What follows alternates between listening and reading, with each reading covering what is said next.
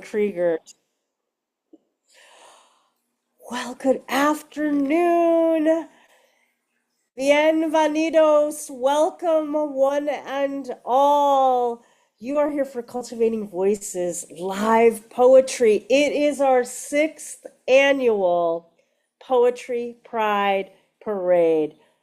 And I brought the little love bomb to prove it today. My little Pride love bomb that I bought at a open mic reading here in Everett, Washington, just last week. You know, you have to bring the love to the Poetry Pride Parade. I'm your host, Sandy Yannone.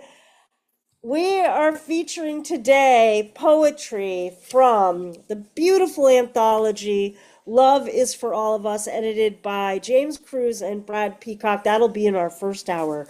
And in our second hour, we will be featuring the amazing poets from the incredible, beautiful Lavender Review, A Taste from Headmistress Press, as well as the Lesbian Poet Trading Card Series, which we have a number of the cards with us here today, including me.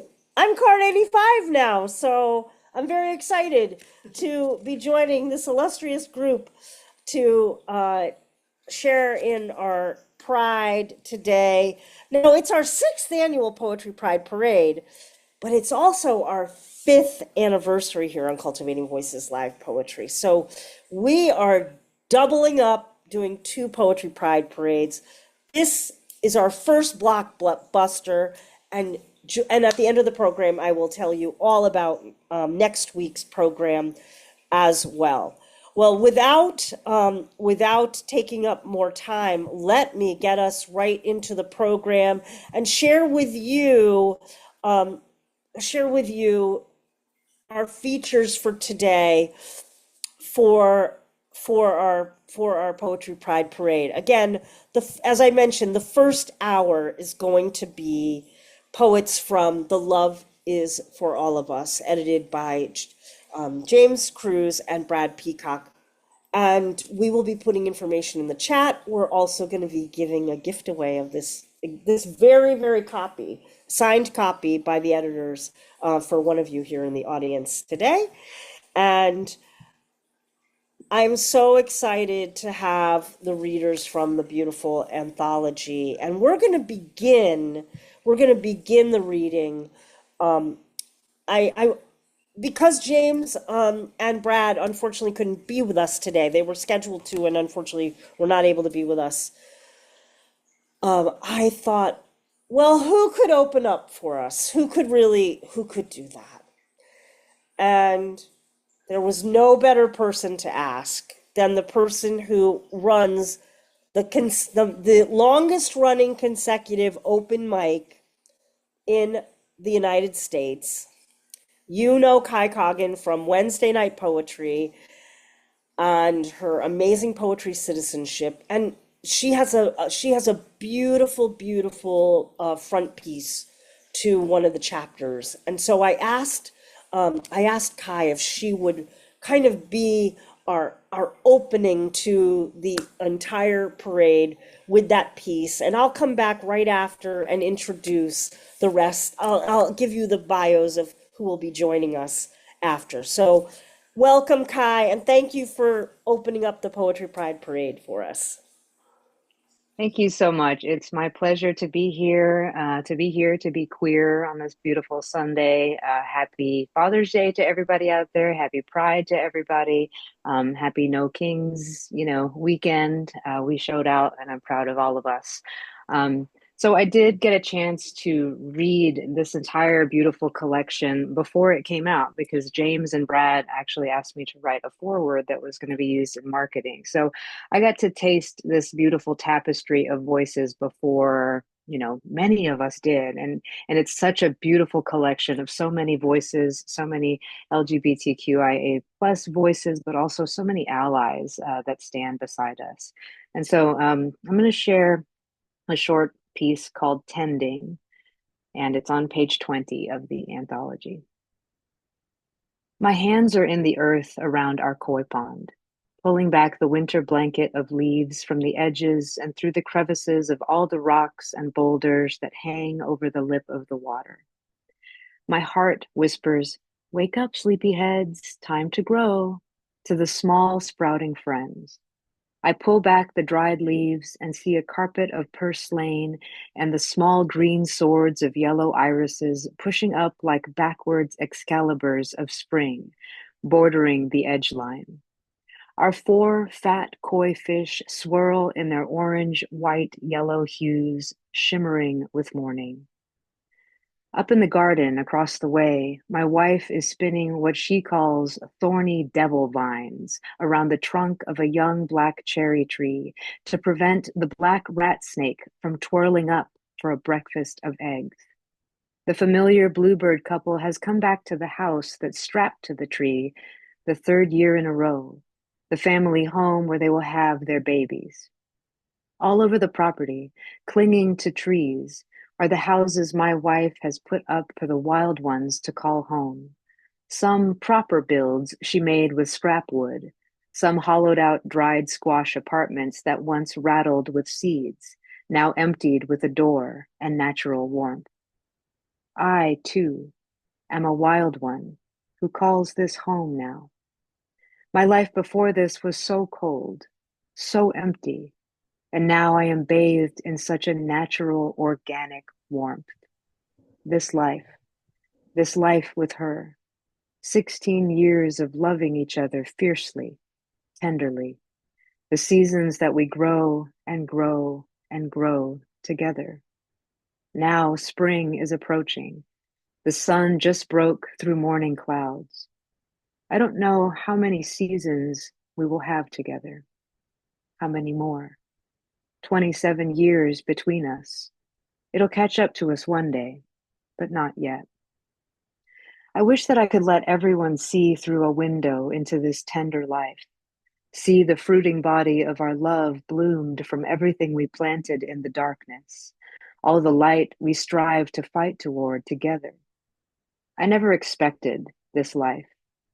If you'd have asked me as a teenager, I would have said I didn't really expect to live past being a teenager. Could never envision what a home really felt like, what love really meant, what partnership and family could become until she opened the door and I was on the other side. And we haven't looked back since, through hell and high water, sickness and health, grief and joy, so much joy.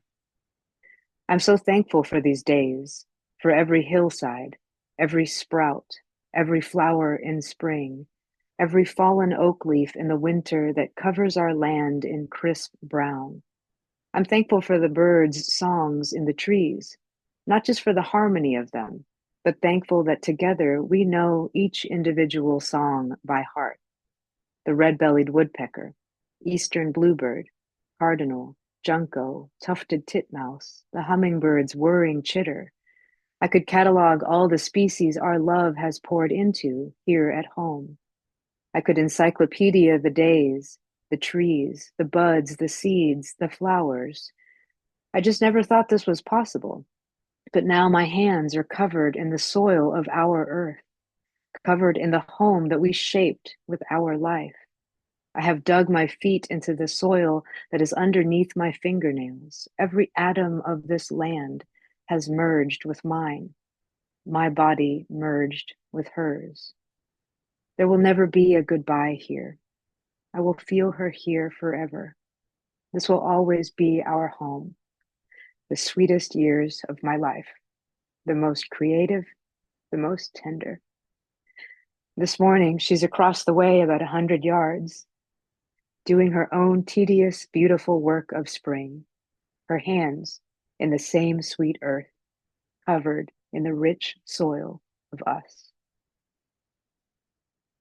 Ooh, I choked up there a little. Ooh, yes, beautiful, so beautiful. That is Coggin, everyone. Our trading card number 92. There you are. Kai will be joining us just at the end of the reading today. I'm going to go through now the bios. If we're going to be hearing from next, Kai will be joining us at right at the end of this set. So first up, and I'm going to do all the bios first. So Kelly, don't jump right in after I say your bio, I'm okay? jumping in. You're gonna jump in, okay. All right. First, we're gonna hear from my pal. Here we are, Kelly Russell Agodon. Kelly Russell Agodon's latest collection is Dialogues with Rising Tides, which was a finalist for the Washington State Book Award. She's the co-founder of Two Sylvias Press, where she serves as editor and book cover designer. She teaches at Pacific Lutheran University Low Residency MFA program, the Rainier Writing Workshop. And following Kelly will be stunning poet, yeah, Anya Kirshbaum, who's a somatic therapist living with her family in Seattle, Washington. Her poetry, featured, of course, in the anthology we're featuring here in the first hour, Love Is For All of Us. Anya's poetry has been named a finalist for the New Millennium Writing Award and received the 2023 Banyan Poetry Prize. Following Anya will be Timothy Liu. Timothy Liu is the author of numerous lauded collections of poetry, including his latest, you're going to love this title, Kelly, Down Low and Low Down, Timothy Liu's Bedside Bottom Feeder Blues, from Barrow Street Books 2023. And he was just awarded tenure as associate professor at State University of New York, New Paltz. So congratulations to you. I picked that up off your Facebook feed. I hope you don't mind me announcing it. And he's also an associate professor at William Patterson University in New Jersey. Following Timothy will be Lisa Breger, who is the recipient of the Thomas Merton Award for Poetry of the Sacred, and been a finalist for the Barbara Deming Memorial Grant, as well as a runner-up for the Ruth Stone Poetry Prize. She also served as director of the undergraduate writing and creative writing program at Pine Mirror College. And following Lisa will be Laura Foley. Laura Foley is the author of 10 books of poetry, most recently Sledding the Valley of the Shadow from Fernwood Press and Ice Cream for Lunch, a grandmother's handbook from the Poetry Box. Her poetry has received numerous awards, including the Narrative Magazine Poetry Prize, the Common Good Books Poetry Prize, the Bisexual Book Award, and the Atlanta Review's Grand Prize. And Kai Coggin, again, will close us out for the hour. Kai Coggin, card number 92, I'll be in the series, is the inaugural poet laureate of the city of Hot Springs, Arkansas, author of 5 collections, most recently Mother of Other Kingdoms from Harbor Editions, and host, as I mentioned, of the longest running consecutive weekly open mic series in the United States, Wednesday Night Poetry. Thank you, one and all. And Kelly, start us off. Okay, I guess I'll scoot over. Hi, you can stay in frame with me. Oh. Okay. Now I can't see them. Okay, I'll help you. Okay. Okay, it's okay. I'm new to this tech stuff. I'm just hosting Sandy. Thank you all for being here. I'm so glad that I was invited because there's so many of my favorite poets in the audience that I get to listen to after this. So I'm going to read 3 poems. The first one will be from the anthology, and it's also in my next book called Accidental Devotions, which will come out from Copper Canyon next year. So I'll read one of that, and then I'll read a favorite poem, which was really hard to choose. Like, that was the hardest part. So here's my anthology poem. The secret is that the world loves you. When no one was noticing, you tucked $20 into the hand of a stranger asking for change. And there was fluttering when you expected floodwater, a guardian angel with her hand on your hip, while you spun satellites in your mind until the universe went full tilt, planets pinballing. The world loves you. How you smile at sticky children, how you hold the door open for people you've never met. Some days it's almost too easy to be helpful, to make a million friends because you don't spray pesticides across your lawn. The grasshoppers and cocoons thank you. We're hanging in there, knowing love is love is love, and also temporary, like us. And while you sometimes exist in high water jeans, you aim to unwind with hibiscus, hollyhocks, anything that gives you a little buzz. Since you adore honeybees, alive and humming, in sync with the cliff swallows who returned with a pair of golden eyes floating across the lake. They're still together another year. Seasonal monogamy. Like all of us were that summer when everything fluttered, and all those afternoons the monarchs landed in your hair. Oh, thank you, Sandy. And then this is another poem about love, imagine. It's called Try This. Try this. Imagine there is no wrong way to love. Someone is opening a white and yellow sun umbrella while someone serves you a drink with a paper umbrella.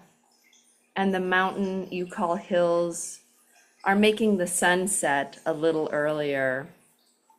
But you are well placed in a lounge chair, thinking how easy it is to disappear in a desert with flirty music and a tray of nachos in your lap.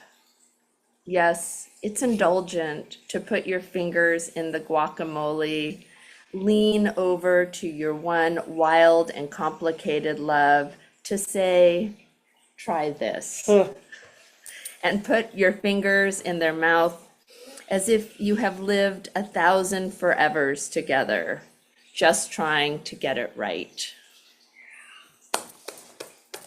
It's so nice to have my own fan club next to me. Yes. It's so Sandy's nice. such a support. Look, I can't see half the people. That's okay. They can see you. That's the most important thing. But you're fine. Okay.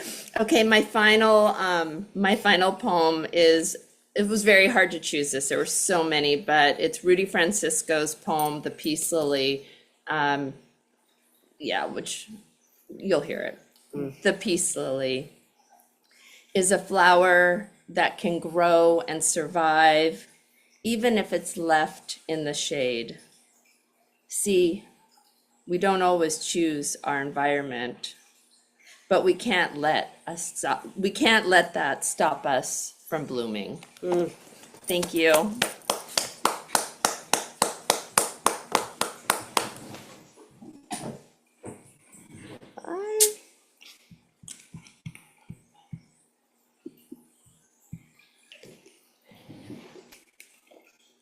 All right, Anya. Hello, hello. Hello, hello. I'm very happy to be with you guys today. Happy Pride. Happy No Kings. I like that. I liked that, Kai. I am gonna also read 3 poems.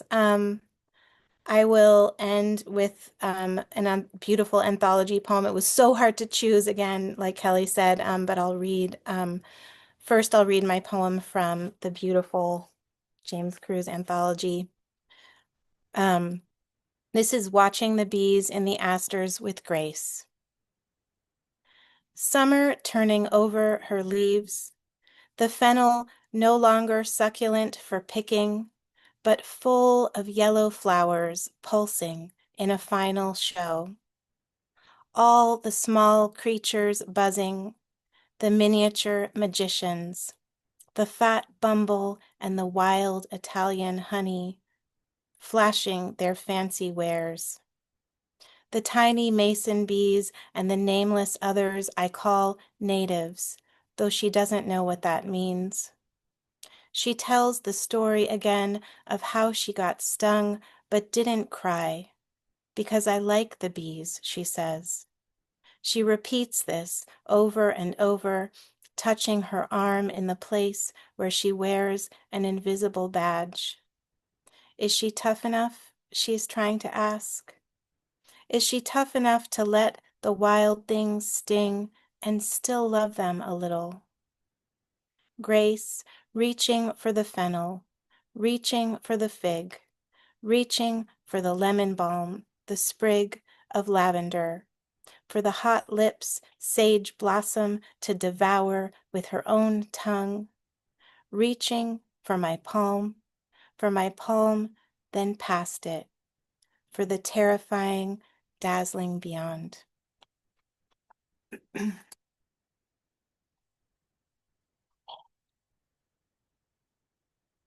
All right, I'm going to read a poem that has really not seen much light of day, but it's been in the drawers for a bit.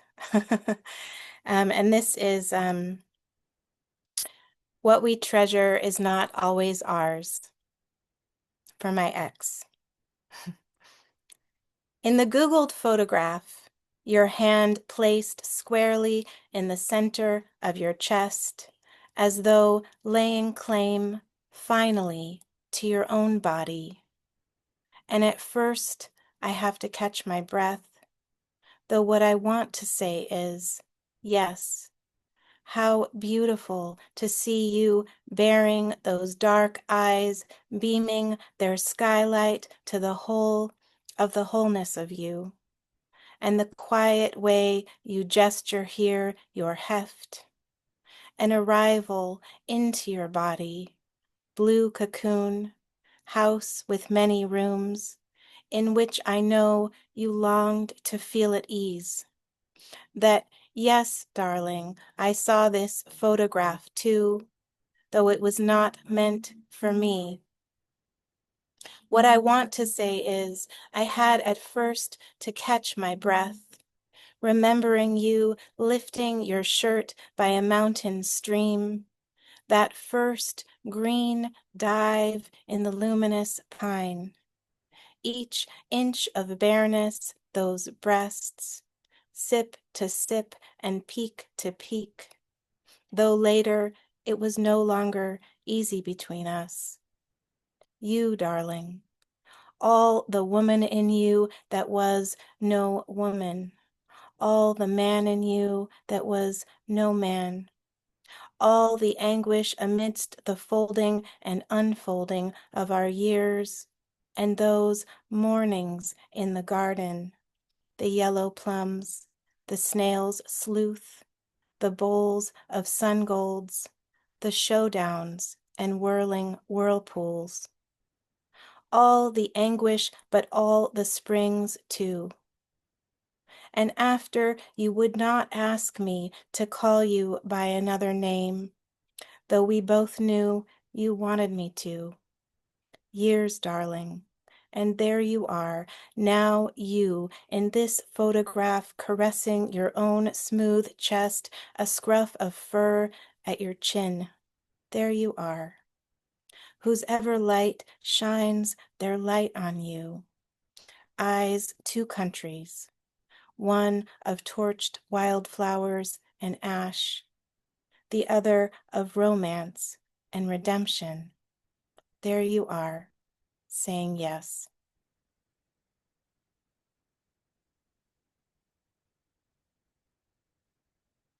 Just a moment. Okay. Thanks. I just could not help but read this Audre Lorde poem. I couldn't help it. So I'm going to share her beautiful poem. I'll try my best. Love poem in the book. Speak, earth, and bless me with what is richest.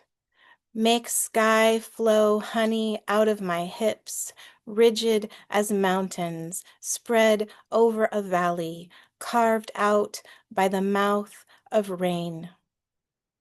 And I knew when I entered her, I was high wind in her forest's hollow, fingers whispering sound, honey flowed from the split cup, impaled on a lance of tongues, on the tips of her breasts, on her navel, and my breath howling into her entrances through lungs of pain. Greedy as herring gulls or a child, I swing out over the earth, over and over again.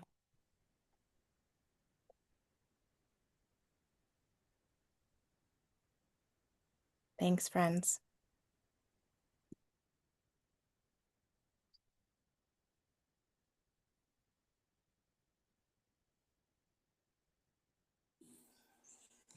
All right, the amazing Timothy Liu is next. Ooh. Mm. Hello, everyone. Day after No Kings. So nice to hear these poems already today. So much affirmation. And I like it so much better than tanks and planes on parade. Uh, this is the poem in the anthology. It's called On a Hill at Night in a Chair Under Stars. A face at the window, doves floating down from the eaves. He drifting off, no stars. A parliament of owls roosting in the branches. By morning, there were flowers everywhere. And yeah, Sandy, thanks for giving this poem a little shout out. Uh, this is from Vox Angelica, my first book, which came out over 30 years ago.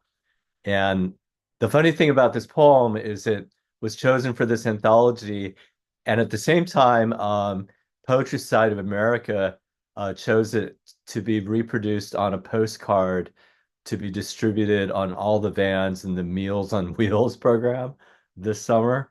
So I'll just read it to you again because I know some of you out there have had your poems on postcards. It's a really fun thing. On a hill at night in a chair under stars. A face at the window, doves floating down from the eaves.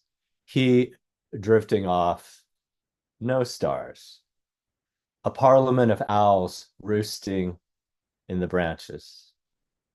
By morning, there were flowers everywhere. And I'll read one more poem since today's Father's Day. My father died in 2022 after his second stroke. And this poem is it's one that can be read in a round, so you can read a bunch of the lines over and over. So each time I read it, it comes out different. This is called The Fruit Does Not Fall Far from the Trees.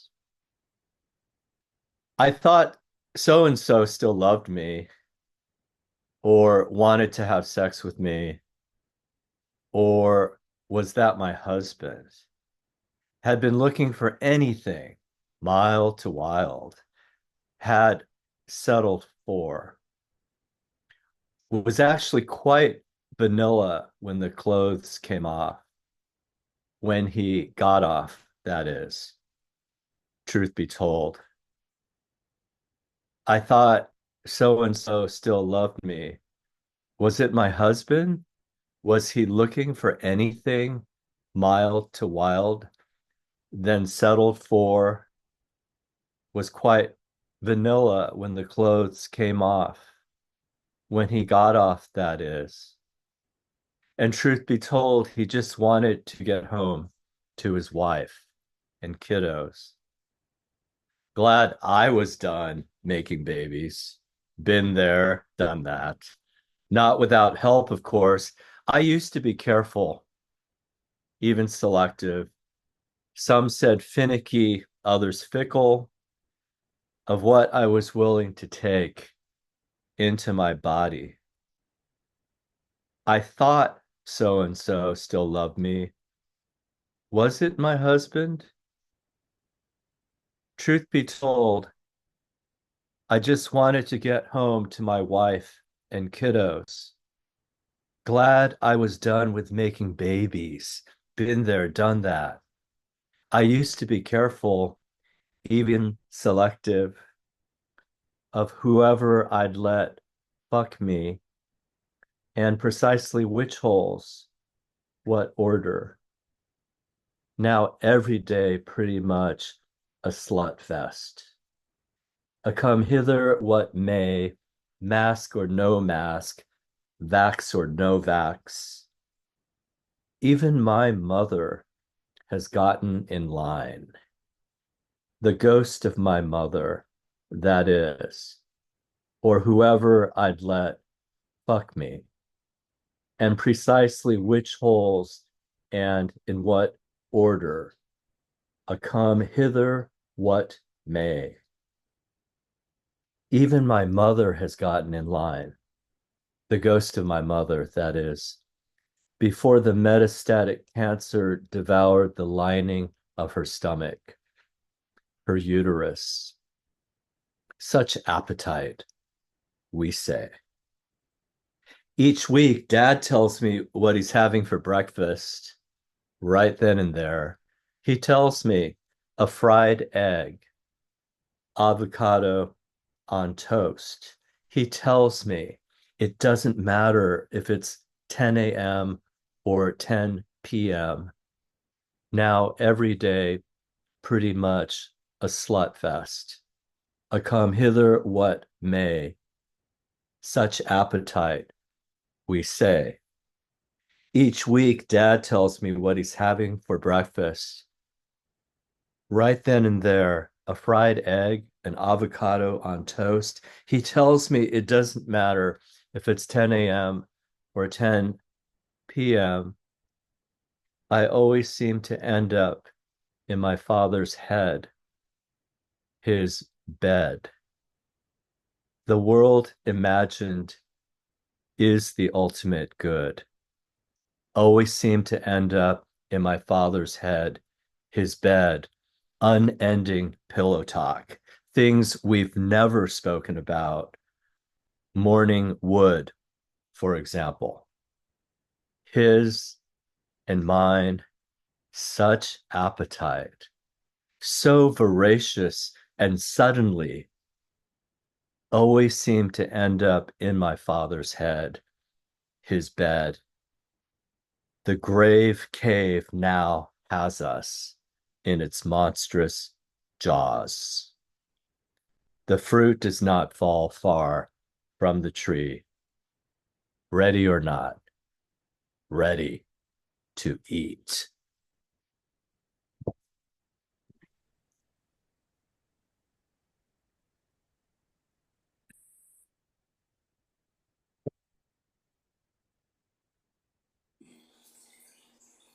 Thank you so much, Timothy. And now we're going to hear from, I'm cutting in, even though I said I wasn't, Lisa Breger.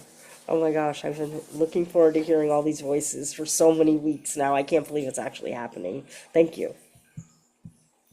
Thank you. Thank you, everyone. When I received Love is for All of Us in the mail, I sat down with it and read it cover to cover and just wept.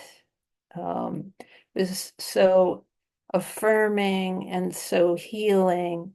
And I realized that when I talk about healing, I'm also acknowledging the wound. And this poem is about that. It's from a collection of dog poems that has not really been out in the world. They're kind of old, but so am I. Anyway, it's called Outages. Blizzard winds screech through sheets of snow. Ice from tree branches lash the house, and the dog takes to my lap for dear life. I stroke her fine fur and whisper, "Is okay, little puppy. surrounded as we are by reports of predicted accumulation, widespread outages in a blizzard that rages all night.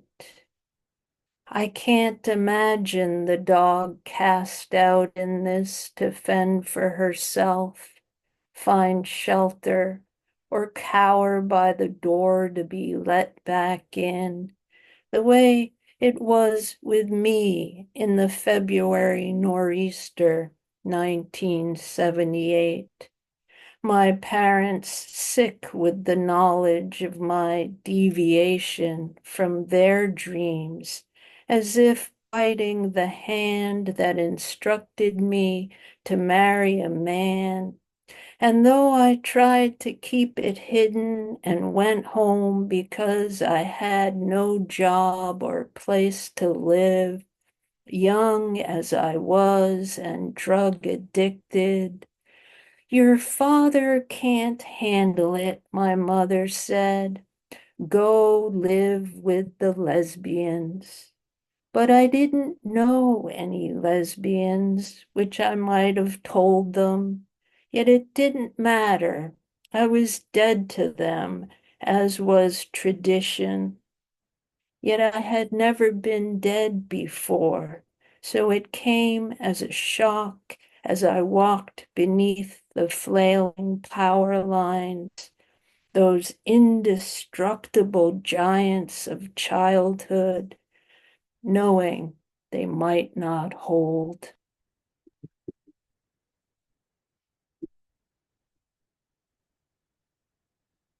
I'm going to slip this one in because it's from the Lavender Review, A Taste, and I'm so proud to be part of that wonderful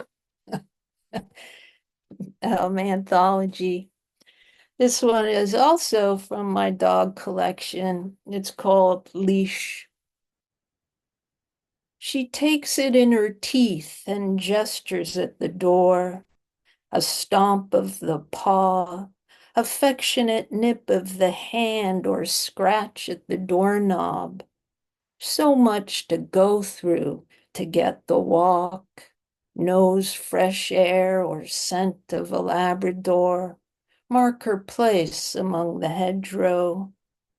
And if she could pull a little this way, turn the corner, oh, the big green park where she runs with other dogs. Sad, I'm not like her, pulling on the leash, trying to get ahead, pay my damn rent for once without gnawing a meatless bone. A week now, and nothing but dry food. I stomp my paw. They say, bad dog, and pat me on the head. I roll over, lie on my back. Who will know how it is to bark alone in an empty house, an eternity so lost and far away from the pack? And this one is the one I chose from the anthology, Love is for All of Us, and it's called For Us by Visvishwa Ilongo. I was lost under what they said about me. I wore their words, weighing more than my bones, carrying them everywhere I went. I couldn't find myself beneath those dirty fingerprints. It was not me I saw in the mirror, but I found myself for you, for me, for us.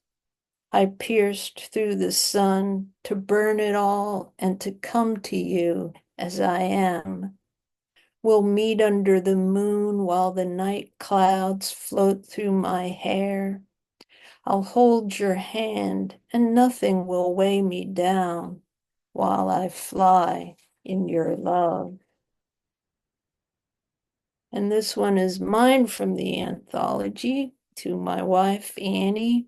It's called In the Middle of Our Lives for Annie. Warming light of my life, imagine my days without you, desolate and alone. No sun through our lake house window, no Sunday French toast, you in your olive sweater, ready to shovel a path after the long storm. Who would help me with my snow pants or lace my boots? How could I tell of the woodpecker upside down at the feeder or the cardinal on a bare branch if it weren't for the way you whisper, honey, and my eyes open, dawn of a new day? Here in the middle of our lives, a parking lot kiss or knee-deep walk through a nor'easter with rackets and swimsuits in a gym bag we shared. You are all I want under moonlight, wolf moon or crescent, or when fog forms over the lake and the day goes gray and moist. You are all I want when the sun breaks and the difficult world goes easy. Sound of summer songbirds, flames of lilac and gold in our garden. Thank you.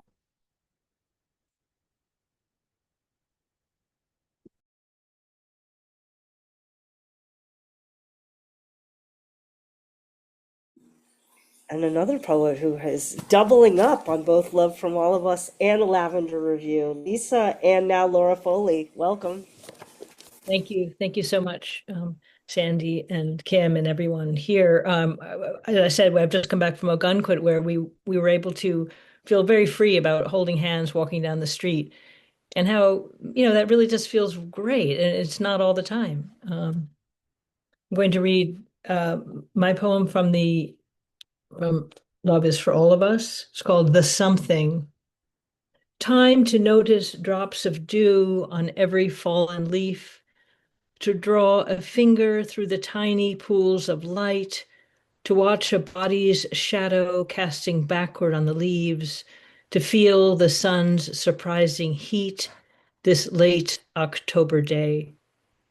Time to feel the veil of something, the something that exists between me and her, invisibly pulling as I sit in sunlight, waiting for a single leaf to drop and catch it in mid-flight.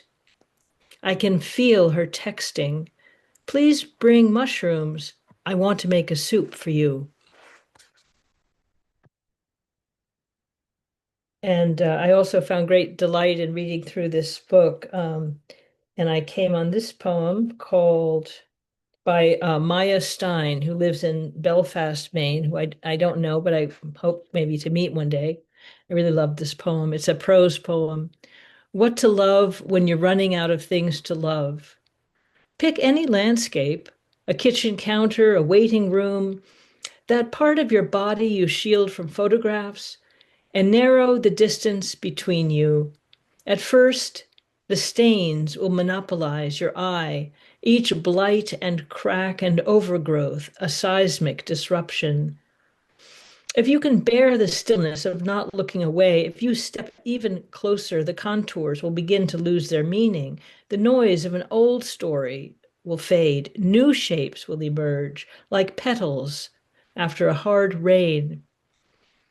I'm not saying you will desire suddenly the pits and pores of the world, or that your hands passing over every rough surface will feel fresh tenderness, but you'll notice your breathing has softened. Your heart, a door you can open past the jams. How there's room for what you see and everything you can't.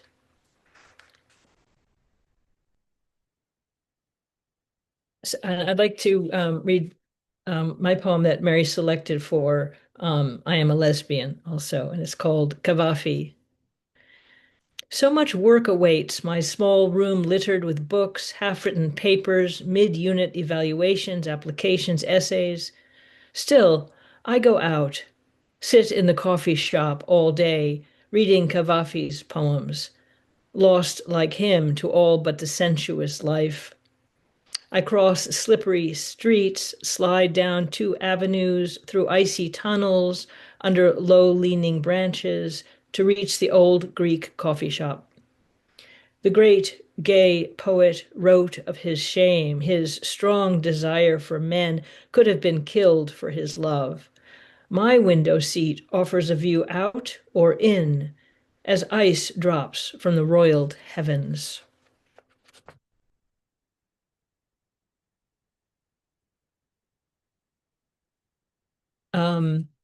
I wanted to read this poem from Why I Never Finished My Dissertation, which is a Headmistress Press book, and it's called Beyond. I don't think of her as woman or man, just as I don't gender sunlight on my face, the first coatless spring day or wind lacing the waves. The particular beauty of her eyes and gait, the tilt of her head as she listens, exist in a realm evolved beyond any words I know, soul beyond any description of rose or peony. The way she tends me as one would a flower, so my leaves droop and petals wither when she is away from me. And finally, I'll end with this newer poem called Kindred Spirits. On the steep descent toward home, hungry from the morning's trek, I felt the sweetness of her staying behind to cook my favorite dish for lunch. It was her way, and is, and mine, to bring her shell or acorns, sweet berries gathered along the way. And so we continue, she and I, and yet it's taken all these years for me to see, to know, to start to comprehend what the mystery cards last week affirmed, how my lack and hers, for neither of us would think to call the other perfect, make a perfect whole. Thank you.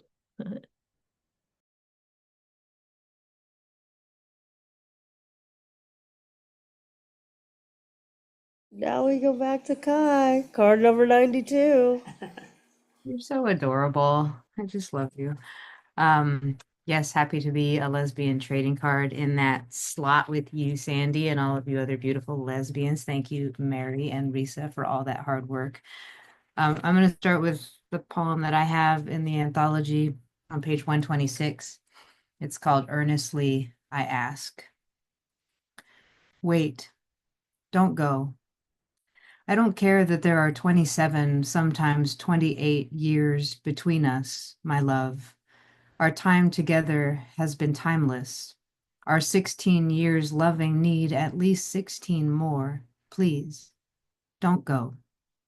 Please wait somehow for me to age beside your aging, for my hair to whiten and gray against the day beside your gray, for my face to welcome lines of time the way your beautiful face has sketched the hours upon the corners of your eyes, your cheeks and mouth, your forehead. Darling, wait for me.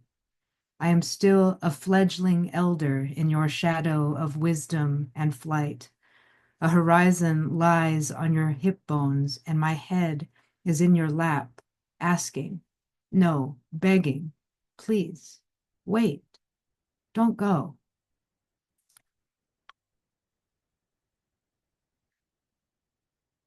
Next poem I'm going to read is from Mother of Other Kingdoms, which came out last year with Harbor Editions. And right now, so much of my focus and my energy and my heart work is going to protect LGBTQIA youth. So this is called Things I Love About This Generation of Queer Kids. I love their courage. I love their refusal of closets. I love their chosen names. I love their use of the singular they pronoun. I love their blurring of binaries. I love their honesty.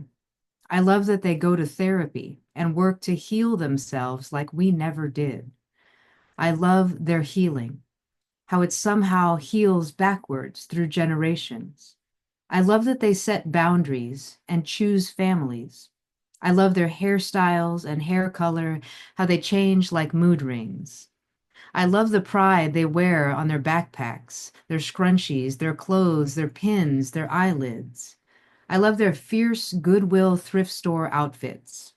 I love that they are not afraid to love each other.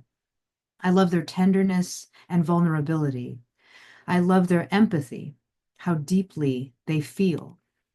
I love their freedom, the freedom that my generation wished for, the freedom that our queer elders and gay trailblazers dreamed up in the quiet temptations of generations, in the isolation of closets and shadow, in the Black trans women-led riots of Stonewall, in the breaking apart of families, in the deathbeds of AIDS lovers, in the bright, bold colors of the pride flag, in the kisses, mouth to mouth, man to man, woman to woman, in the revolutions in film, poetry, art, music that named us real.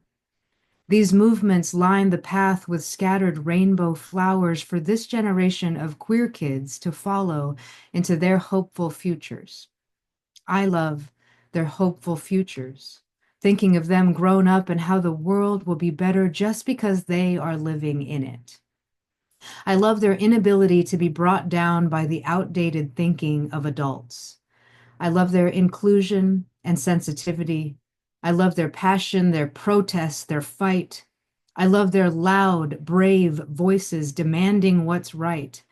I love that they are the fruits of so many trees, and that in each of their eyes, I see a little piece of me.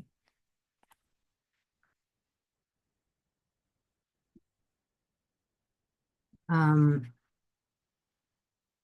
can't have a pride parade without acknowledging Minnie Bruce Pratt, and so I'm going to read her poem, and then I'm going to read James Cruz's Father's Day poem to close out. So this is in the anthology, page 23, Minnie Bruce Pratt, Sweet Sweat.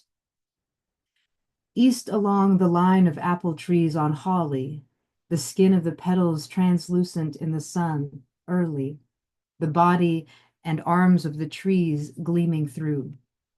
I come closer and press my nose into the blossoms, the fragrance of your skin, faint, sweet sweat, as if salt and all the minerals of the earth are called up into you and alchemized by you, breathing out through every pore what you've lived, your love, your chemistry, your history, the smell of your skin.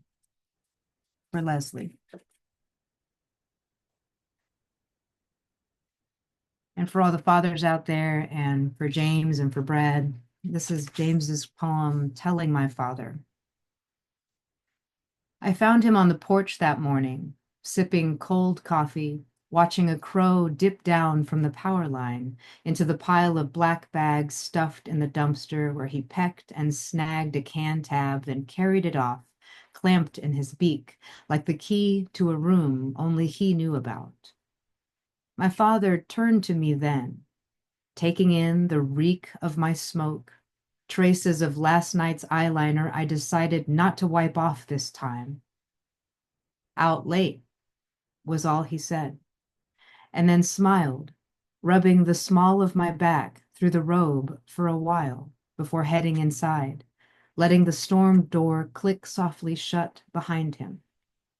Later, when I stepped into the kitchen again, I saw it waiting there on the table, a glass of orange juice he had poured for me and left, sweating in a patch of sunlight so bright I couldn't touch it at first.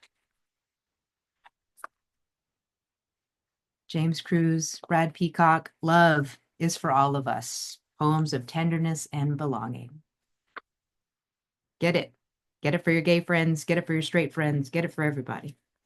See, you're doing a better job than I am of selling the book. Hey, we all got to do our part. We all do have to do our part. And that's my Coggin card number 92, Lesbian Poet Trading Card Series, which poets from Lavender Review a Taste and the trading card series are also coming up in the second tower. Stay with us. Kim, I think we're giving away a copy right now, signed to one of our beautiful attendees in this room today of Love is for All of Us. Signed copy by Brad and James. That's exciting. Do you need me to play a part? Yeah, can we, how do we usually So do I it? usually choose a random number. Let's choose let's choose 15, and I'm going to count 15 squares away from myself, okay? Okay, let's do it. We like to get Kim involved. Not that she doesn't have enough that she does, of course. Oh, Joanne James is our Joanne winner. James! Oh my gosh, Joanne James. I'm so excited.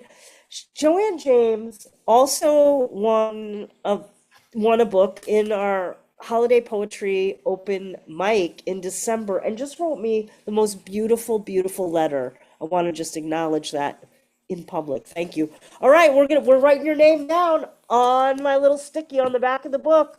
You will be receiving this beautiful signed copy of Love is for All of Us. Okay. Kelli is the witness. She is writing it down. I am writing it down. Oh, she just wrote her own name down. No, I did not. No, I No. did. Never fear, I've just written it down in case See, you forget. everybody keeps me honest here. They know. They know I have a little bit of the shyster in me. Okay. Folks, the shyster, a little bit of the shyster. I was gonna say something else, but Shoplifter. no. Hey, I want to say, first of all, thank you to everyone in our first hour.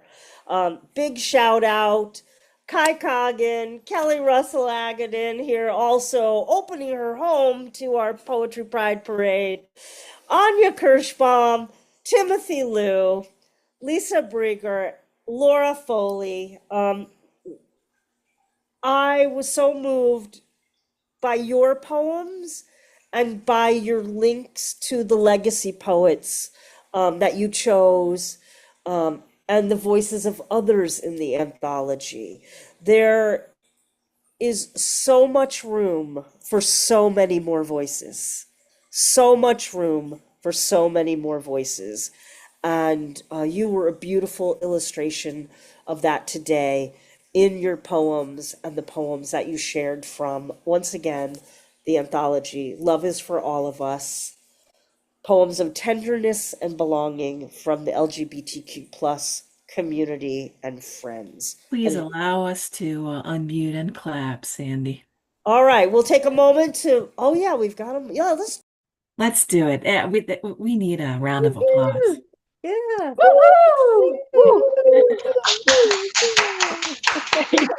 You just muted yourself, Sandy. You didn't unmute. Oh my gosh. That's okay. We're good. You hear enough from me. You don't need to hear anything. It's all good.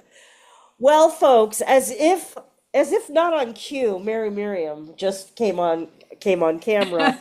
And how perfect is that? Because we are headed now into our beautiful curated open mic, and we're featuring in this open mic, along with other voices, those of you who have come today and signed up, and those of you that we were able to invite a little bit ahead of time. We've got a number of folks, and I will do what I did in the other hour. I will read in sets of 3 by 3. There's 3 sets before we go to the waiting list of folks who signed up today. And I'll do a very, very short bio for each one of them. I'll let you know if they're a lesbian trading card. I'll let you know if they're in Lavender Review a Taste. But I wanna give a big, big shout out to Meriam and just say thank you so much. And here's Mary in her glory of being card number 57.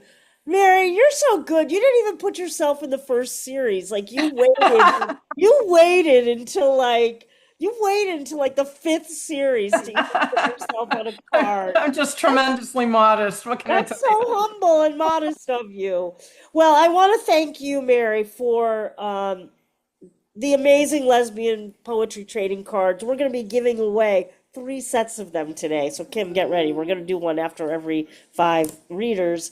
And we'll also be giving away a copy of Lavender Review, A Taste, the anthology of Lavender Review that Meriam edits, along with being co-founder, along with Risa Denenberg, who's here with us today and who will be with us next week when we feature the anthology again for our Poetry Pride Parade Part 2, folks. Yeah, if you're loving today and you have next Sunday, come on back, listen to some more poetry. We'll be I'll talk more about that, but we'll be featuring this hour some cards and some more poetry from Lavender Review.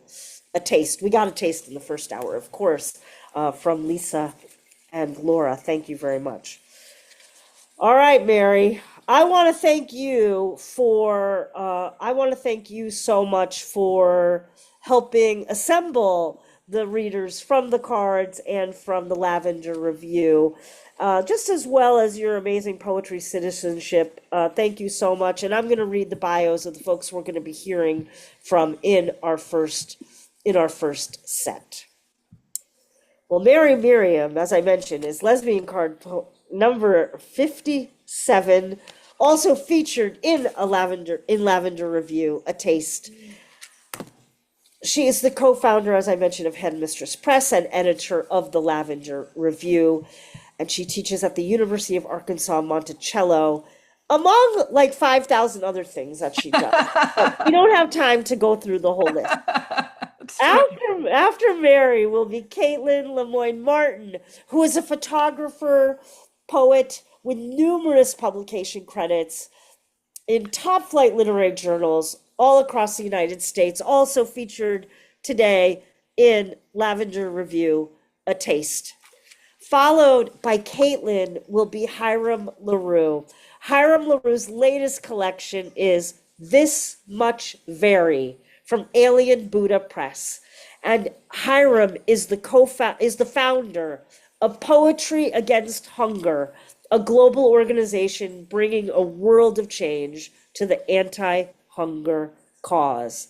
And followed by Hiram will be Samantha Pious, otherwise we like to call her Sam. We like to call her Sam. Sam is card 86, she's right, I'm 85, Sam's 86. So we're next to each other in lesbian trading card series.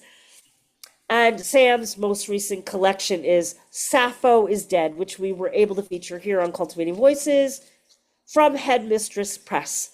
Her translation of Christain de Pizan's 100 Ballads of a Lover and His Lady is forthcoming from Persia. Sorry, oh my God. Actually, it's no longer forthcoming. I gave you the wrong bio. I'm seeking a new publisher for that one. The good news is that my translations of Natalie Clifford Barney are forthcoming from Headmistress Press. Okay, good. Well, very good. Okay, well, thank you for the correction, and we look forward to anything from you, of course, Samantha. That was an exciting break-in. That was an exciting break-in, yes. And following Samantha to round out this set will be Laurie MacFayden. Laurie MacFayden is card number 93. I particularly love your card. And Laurie is an award-winning poet and visual artist from Edmonton, Alberta, whose latest collection is Walking Through Turquoise. That's a beautiful title. Yes, it is. Yes, it is. So thank you, everybody, and take it away. Take it away, Mary. Okay, thank you so much, Sandy, for everything, really. Just going to read two poems, and the first one is a prose poem that I actually dictated into my iPhone this week. It was like, I've never done this before. It was like a huge experiment, but it was so easy. I woke up and I didn't feel like getting up to get a piece of paper and a pencil or pen, so I just got my iPhone out, and here it is. The title is Your Air. The air around me is definitely you when I wake from a dream of you. We are reading in bed and listening to a poet read her poems. She's standing at the end of the bed. I seem to be taking up too much room in the bed, When I realize that I am, I move over to make room for you.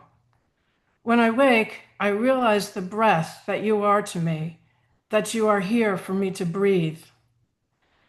You say you're sad because it's too cold to go swimming in the pool anymore. I tell you the days will be warm again soon. There will be at least a few more warm days where you can go swimming, and maybe I will go swimming with you. I wake at a very early hour, early in the morning when it is still dark. As I fall back to sleep, I think about gratitude and how I have become extremely full of gratitude. I think about people who are vulnerable and potentially unsafe. All I want to do is make a place that would be safe for them. This has been my life's purpose. If I can't do this for the people around me, I try to do it for the people who are away from me, the people who are like me. I know how it feels to be vulnerable and unsafe. I wake again a few hours later and remember my dream and how you were next to me in my dream. It was like you were always there. You made a safe place for me.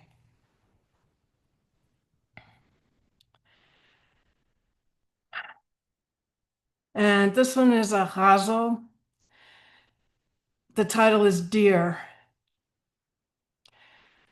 Dear, she writes in code. Hello, my lesbian Venus, my lovely glow, my lesbian. Verge on the evening window. See the star belongs to me below, a lesbian. Didn't I write to her, and didn't I pine for oaks with roots, chateau of lesbian? Flying in air above the coast, I dip my wing and radio my lesbian.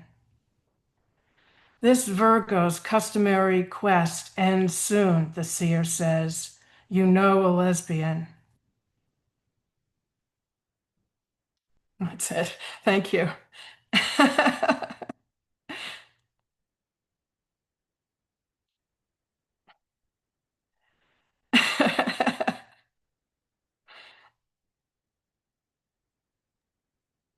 Okay, is it my turn, I think? Okay. Two poems. The first one was published in Third Coast. Education. Your shoulders, yes, like that. I need the valley of you. Are you asleep? Is the day too loud inside you? Could I stop by for a moment? We don't have to speak, I promise. I need the slope of your neck in the place where you start. I may have lied. I'm telling you things which aren't from this lifetime. Or I haven't lied and my body is speaking instead. In my head, I've taken you home with me, undressed you like an orange, my thumb the smoothest welcome. I've placed coins between each of your ribs so you always have safe passage.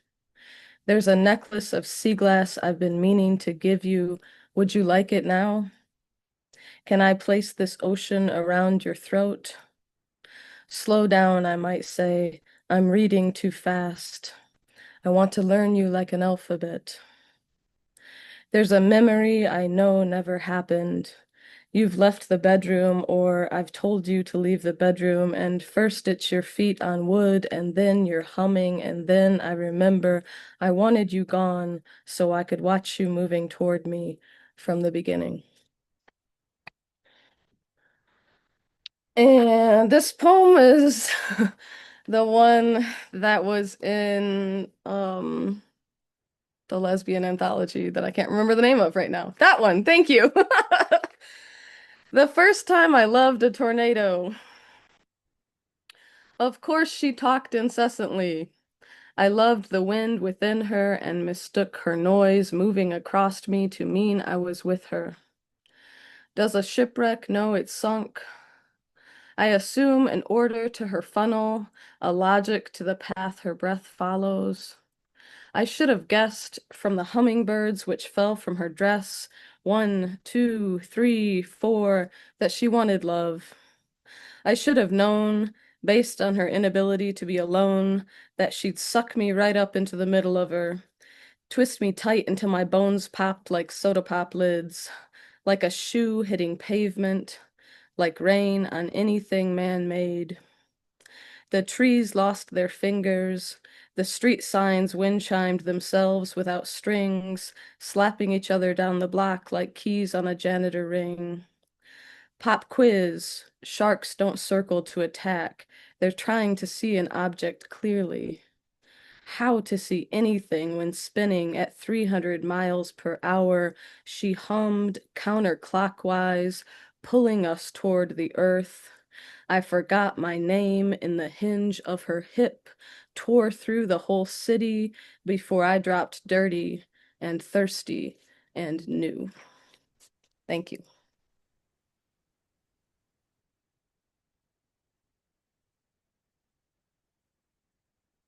So I'm Hiram Larew. I'm in Maryland, just outside of Washington, D.C. And want to thank Sandy and everyone else who made this gathering possible today. This poem appeared in Pride Poems collections in Washington, D.C. fairly recently. It's titled Jewelweed, and it's a little bit of a look back. Jewelweed. The first time I saw someone like me was on a farm. There was a shagbark hickory overhead and wrapped up sandwiches somewhere, I believe. I was just starting to look at anything whistling. And as I recall, he was wearing two strings, one in a knot around his wrist, and the other tied to my dreams. Fast forward to this moment in a city's bustle, with stacked up skies and sidewalks that cram. The more I try to figure out who's me in the crowd, buzzes and whistles, the more my eyes go beyond me. And also, there's the difference between these unspoken grins I see today and those guesses of lips from long ago that opened me up like jewelweed. The difference seems wondrously between what might have been and oh no, never. Thanks so much. And I'm going to pop the submission guidelines to Poetry X Hunger in the chat. If you have a poem about hunger, empty stomach hunger, and would like to see it published in Fighting Hunger, please consider submitting. Thanks so much, Sandy. Thank you so much, Hiram, and thank you. That's a really great reminder. Folks, I wasn't going to cut in very much, but it's a really good reminder too that any of you that want to put calls for submissions, or if you're editors of journals and or you have a new book coming out, please, or you're hosting your own readings or have a reading coming up, please do feel free to put them in the chat. We want to celebrate everything that you're doing here at the Poetry Pride Parade. Thank you so much, Hiram. And now I'll turn it back to Sam, which gives me just another opportunity to show Samantha Pious's card, number 86. Thank you, Sandy. And thank you to everyone. How do I follow that? I think I'm gonna read one translation and one poem, if there's time. The translation is from Judith Teixeira, from the Portuguese. She lived and wrote in 1920s Lisbon. And she fell silent in 1928 when the Salazar regime assumed power. Illusion. Every morning you come and enter my dreams, Byzantine statue sculpted of snow. You place your hand, smooth and light, upon my grieving brow. Naked you come, finely formed, radiant and bright. I see you come, like the rising sun, and my body quivers, and my soul sings, like a nightingale in love. Upon your body's youthful nakedness, two swans, erect, stay lingering in white aesthesias. And on the dark silk of my bed, in blazing ruby red, soaking is born the orchid head of my sensations. You're beautiful like this, naked, when in a flash you bring your body's luminous offering, and at last reclaim your own. I want to enter the golden lie of your finely sculpted form, and your fragrant kisses, deflowered water lilies, their leaves tattering in my grasp, descend on my nerves, battering, shattering. I awaken, and your arms, far, far away, are still unwinding the auburn hair of the sun above the sleeping golden things in my room. Blessed vision, reprised and new, golden Salome, in sculptured rhythms, come naked when the morning sun comes in. Come and hide behind my shadowy eyes, and never try to leave me. Oh, never, never again. That was written in 1925 by Judith Teixeira. My book of her poems has just come out. It's called Cactus Flowers. It's on Amazon.com. Is there time for like one quick more? Okay, yeah. Okay, so this is a sonnet from Sappho is Dead. It's called Women. Those who would be bound in leather, edged and rimmed with gold, and laid upon a shelf, we learn to do it better than any man established in the trade. More skillfully we turn our pain to pleasure. Whose pleasure? Still more deftly we persuade the great to give their blessing. In a measure, we are the masters of the tools we've made. Until they turn against us, we submit and are rejected, first by one, then all, damned with faint praise, burlesqued by every wit, simplistic, tries too hard, emotional, spines broken, jackets threadbare, sheets worn thin, we fall to pieces as the rot sets in.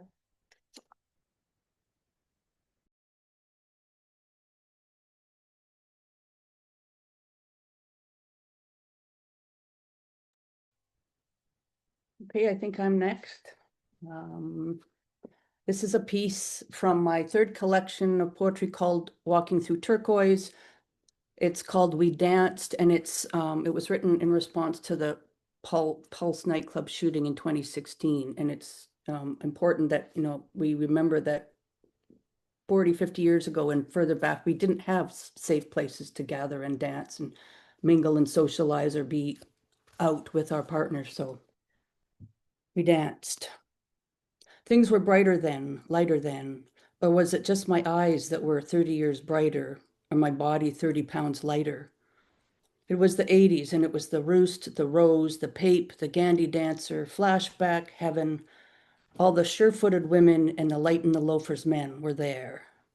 It was Lacoste shirts, Sperry topsiders, and polo cologne wafting out of both bathrooms, signing in at a dark front door with a fake name and $5 cover, muffins and poppers at the deli, and a burger that was not the worst in town at 3 a.m. Music has never been better. You spin me right round, baby, right round. Slice me nice. We got the beat. It was Boy George and Bronski Beat and Diana Ross coming out in extended play singles. It was Madonna getting us into the groove and Cyndi Lauper's Girls Just Wanting to Have Fun time after time. And it was the boppy wham bam of Wake Me Up Before You Go Go. Exuberant electric techno pop. Somebody's sons looking like somebody's daughters in high drag and haughty, naughty sequins. It was tweezed and tucked men looking better in evening gowns than I ever would, bringing Cher and Barbara and Dusty and Tammy into a dingy room in luscious lip-synced glamour and glory. It was dance, dance, dance, pet shop boys and West End girls, Sheena's sugar walls, bouncy pogo mobs out on the floor, hugging the sweaty swarm with one hand and waving drinks with the other. It was sports girls in white tanks and black docks, swaying, swaying, drinking Heineken and tasting like Pepsin chiclets when they kissed you, a tingling in your lower belly when they blissed you. It was the Cameo on Front Street, tacky foil on the ceilings, and the toilet always backed up, and we didn't care. It was the only bar we had. It was primal thumpa thumpa, and we needed to dance. We needed to dance. We needed to dance. It was the Lotus, Vancouver, New Year's Eve, $25 for a cheesy DJ and cheap champagne. And it was dreadful, but it was all we had. It was all we had. So we put up with the S&M none and the midnight beef on a bun. And then it was 3 a.m. all over again, and we staggered on to Doll and Pennies, where the eggs Benny were not sublime at any time, but all the queens were there, makeup smeared and fishnets torn, and they always had a smile or a Revlon sneer, and hot breakfast with the cold beer. It was the 80s, and it was lighter and brighter, and we danced. Oh, mama, I'm just having fun. On the stage in my heels is where I belong. Thanks.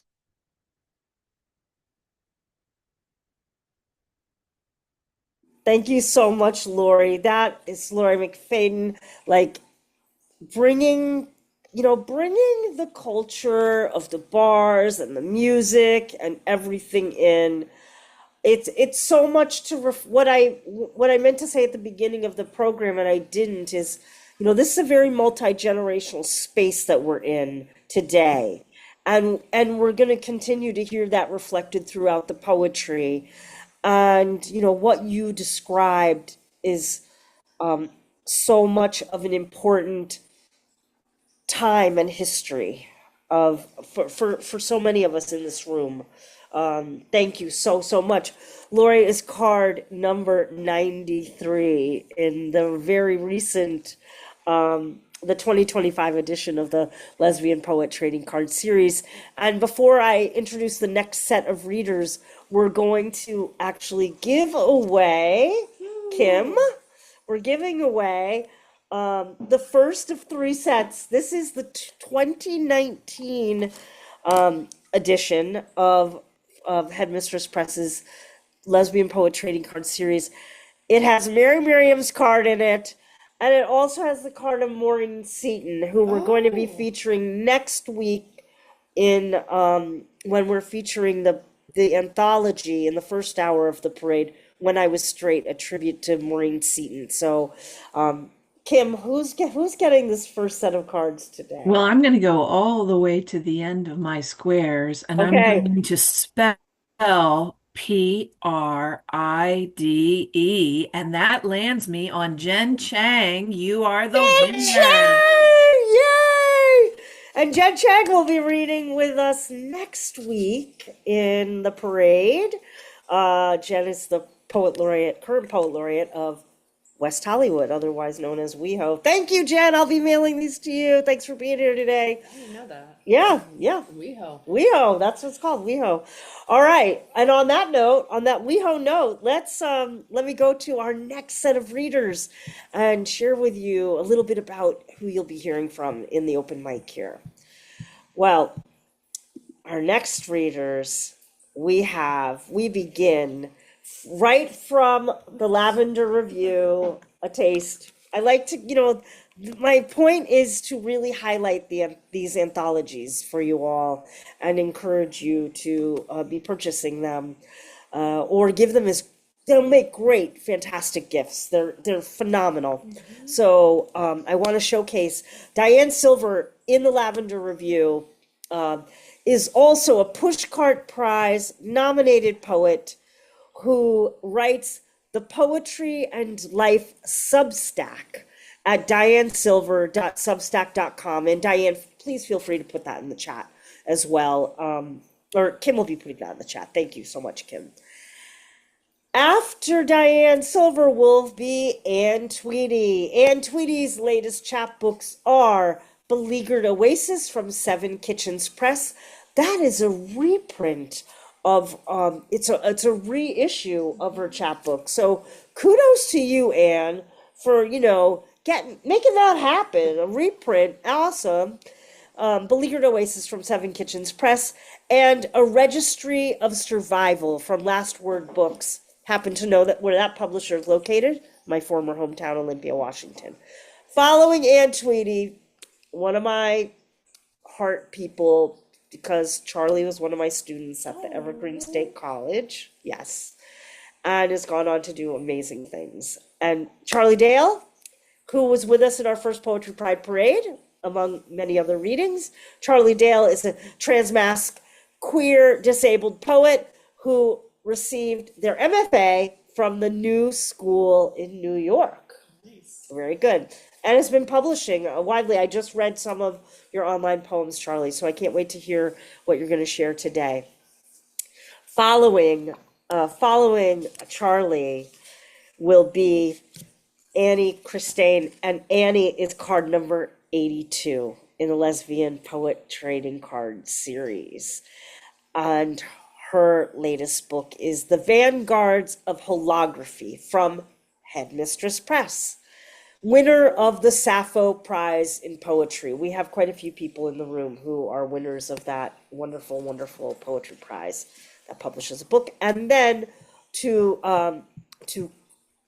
close out that set will be Jennifer Conlon. Jennifer Conlon's latest book is Taking to Water, which was winner of the 2022 Autumn House Poetry Prize, selected by Carl Phillips, and gave really great reading on Cultivating Voices with us. And we love Autumn House Press. If you're not familiar with it, take a good look. One of my favorite poetry presses. All right, Diane, take it away for this next set. Thank you so much. And thanks, everybody. I'm looking forward to hearing your poems. Thank you. Well, thank you to everyone who organized this wonderful, amazing event. And thank you to the wonderful publishers, great editors of these anthologies. I have two poems for you today. One was published by the journal Poetry Coop, and it is, speaking of multi-generational, it is called The Art of the Old Lesbian.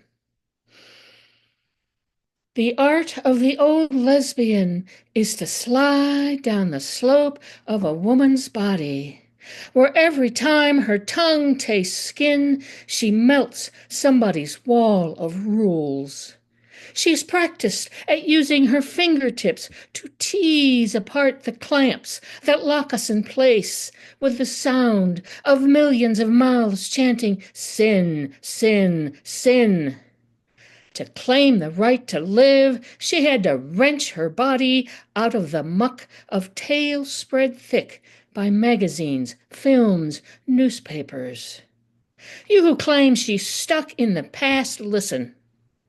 She knows the exhilaration of living a story no one believed could be written. She knows what it feels like to skid down a steep hill far from home on a street in a city without maps. She's been doing it for 50 years. She's dismantled every assumption more than once, smashed stereotypes to bits, and used the pieces to sculpt wings. Artists never retire. The art of the old lesbian has always been to become new. Thank you. Thank you. Thank you. You're all so sweet. Okay, and this is the poem that was published in Lavender Review, A Taste. What an incredible anthology. I am so honored to have a poem in it. And this is called Me Defined. Me Defined. Double chin, big belly, ample bosom, short. A man's cropped hair. Lesbian, dyke. Use the old slang, say bull dagger. If I were allowed to hobnob with debutantes, I'd be in the back of the ballroom. They'd be bending willows in their white ball gowns, crinoline stiffened skirts, their arms bare. Even in my best jeans, crisp white shirt, collar up, black blazer, I'd be the boulder. Too big to be fashionable, too weird to be heard. I'm the one the kids at school laughed at. The one thing you never wanted to be if you were a girl. The one whose kind has never blessed a magazine cover. The one who blushes, even though I feel about myself the way roots must feel about their oak. The way the sea must feel about its tallest wave. The way I hope you feel someday. Thank you. And I'm putting my the link to my Substack, which is about it prints poetry, talks about politics, and how do we survive this insane time. Thank you. I'll jump in. This first poem, I'll read two if I have time, is in the Headmistress book, The Body's Alphabet, and it's also in Beleaguered Oases, and it's called Kilter. Kilter, when the days line up flat, one after another ahead of me, and I feel like a traveling salesman whose territory is the wide, plowed, sectioned off Midwest. Contiguous squares and rectangles, chopped into rows and columns, as orderly as abacuses, never off kilter for even a minute. Thinking of your body saves me. I think of how we fit together, your slopes and my angles, irregular, messy perfection. I think of your oblong breasts, the left smaller than the right, how your resistant nipples harden finely between my rubbing fingers or against the insistent beat of my tongue, taut moments when my body understands rhythm and teases and trains your pleasure to the song that we're writing together. I think of the faint, acrid smell of your smooth, slightly tan skin, the smell that clings to the strands of your armpit hair, strongest when I rest my head half against your large upper arm and half against your chest, of how resting there both stirs me and puts me at ease, sensations the female body alone can synchronize. I think of the way, sitting up, you examine my body lying on the bed, marveled by my collarbone, or the new leaves of shoulder muscle, or the jut of my pelvis, like the current scoured stone you palmed before we met. And I remember how your eyes drink me with the slow lap of an animal accustomed to abundance, your eyes that look and still each morning see me new, and then all the coming hours breathe that promise too. Is there time for one more? Thank you. So I'll read the one that's in A Taste, the anthology, the wonderful anthology that Meriam edited and published. So this is called Stranger Lover, and I don't think I've ever read this one aloud. Stranger Lover. 1, find me the girl with the boy's name, but let even that be other than it seems. She might look like a boy, baseball cap and jeans, sneakers or biker boots, depending on the day. But inside she's a woman, this boy with a girl's name. Oh, conjure me a woman no one knows how to name, who likes artsy movies, who cries to remember her ex or at any sad memory, whose wrist flicks when she hammers, who rarely tromps through briars without someone ahead of her leading the way. Find me the practical, practicing artist who designs ads for a newspaper, who looks after her parents, who folds her clothes carefully, who always has time for a struggling friend. 2, in the world of my heart's cravings, she is the newest comer, the stranger lover, but her affection sweetens the air I breathe. It makes the barometer of my days fall continuously. I ask only to accept this gift without question, to stow my anchors permanently, to let the sea carry me. Thank you.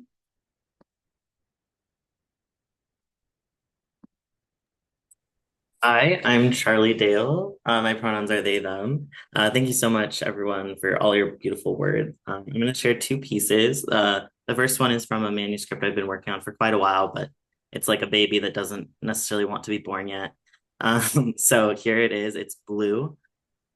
Blue once whispered secrets in pink bedsheet bunk beds, surpassing silence. Blue once told me I was their favorite. All would shatter if we broke our promise, if drops wore down the dam. Blue was buried. Blue was boasting. Blue was only after the lights turn off and the bantering boys go home. Blue said, I will hold you as the river shakes, carries you away. Blue said, don't forget me, even when you've forgotten yourself. Paddle, lap your lips on my edges, sharp as any bow or bridge. Boy Scout badges burst a creaky heart as it kaleidoscopes blue. Blue hair ballerina boy, I open. A bridge big expanse, balcony boy calling out to me. And then the next piece is from a tiny zine that I've created called If You Want to Get With Me, You Got to Get With My Friends, Neurodivergence, Kink, and Gender. And this is a lovely little thing that is out with Soft Publishing, which is a branch of publishing that I have started by trans and disabled creatives. If you don't find the space out there for you, you can create it for yourself. And this is called Limits. One day I learned the pieces of me I was most scared to love were the ones that needed me the most. If I started again, I could see my limits were telling me how I could love me better. Like a container filling with only so much room. I will only have so many hours in a day where I can focus just right, where people can speak at the perfect volume, where I will have enough of me to know that I need to leave. The laundry for just one more week, and lie in a dark, quiet, cold room under my weighted blanket, finally being crushed for real, rather than simply by the world.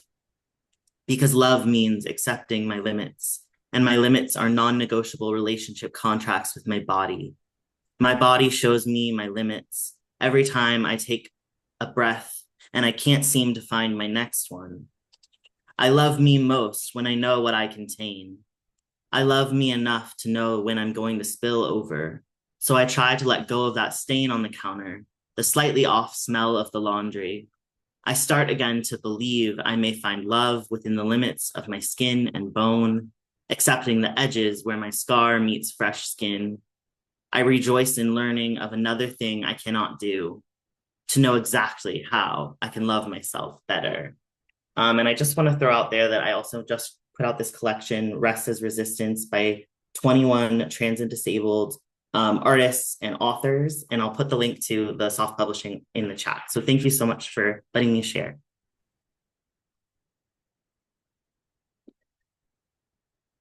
Okay.